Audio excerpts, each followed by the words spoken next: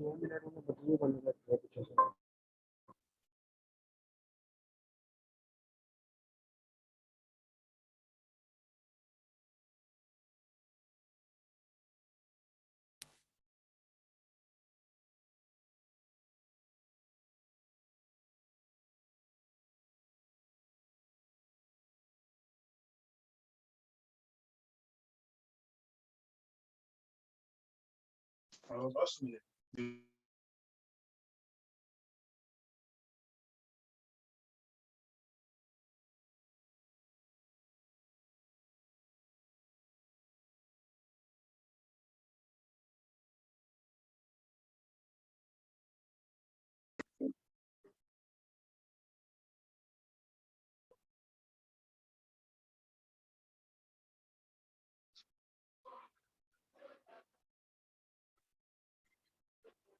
शुरू शहबाज शुरू करा दे। बस शुरू करो। डॉक्टर जलील आ गए हैं।